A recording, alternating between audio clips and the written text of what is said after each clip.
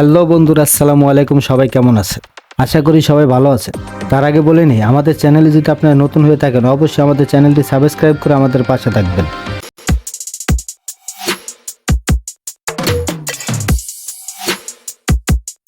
শাকিব খানের বিয়ে নিয়ে বুবলির নো কমেন্টস।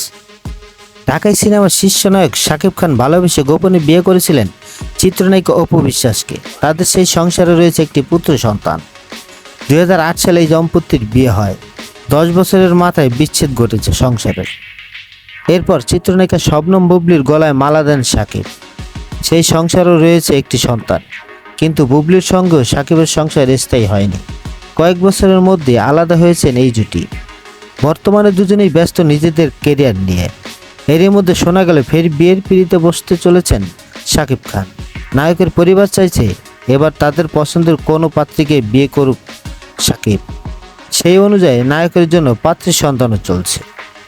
একটি সংবাদ মাধ্যমে প্রকাশিত সেই প্রতিবেদনে দাবি করা হয়, শাকিবের পরিবার চাইছে না তার জীবনে অপু বিশ্বাস বা বুবলির সঙ্গে কোনো সম্পর্ক থাকুক। সে কারণেই শাকিবকে নতুন করে বিয়ে দেওয়ার সিদ্ধান্ত নেওয়া হয়েছে। বিষয়টি নিয়ে গেল কয়েকদিন একাধিকবার অপু বিশ্বাসের সঙ্গে কথা বলার চেষ্টা করেছেন বিভিন্ন গণমাধ্যম। তবে প্রাক্তন স্বামীর বিয়ের খবর সম্পর্কে কোনো মন্তব্য করতেই রাজি হয়নি এই তারকা।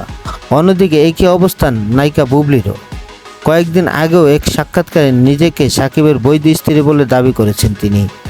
সে সময় বুবলি বলেন, আমার ও শাকিবের আনুষ্ঠানিকভাবে বিচ্ছেদ হয়নি, আমরা দুজনেই সময় নিচ্ছি। তবে শাকিব খানের ফের বিয়ের খবর হঠাতে আবার একটি সংবাদ মাধ্যমের সঙ্গে কথা বলেছেন তিনি, যেখানে বুবলি বলেন, তার বিয়ের বিষয়ে আমার কথা বলার কোনো ইচ্ছে নেই।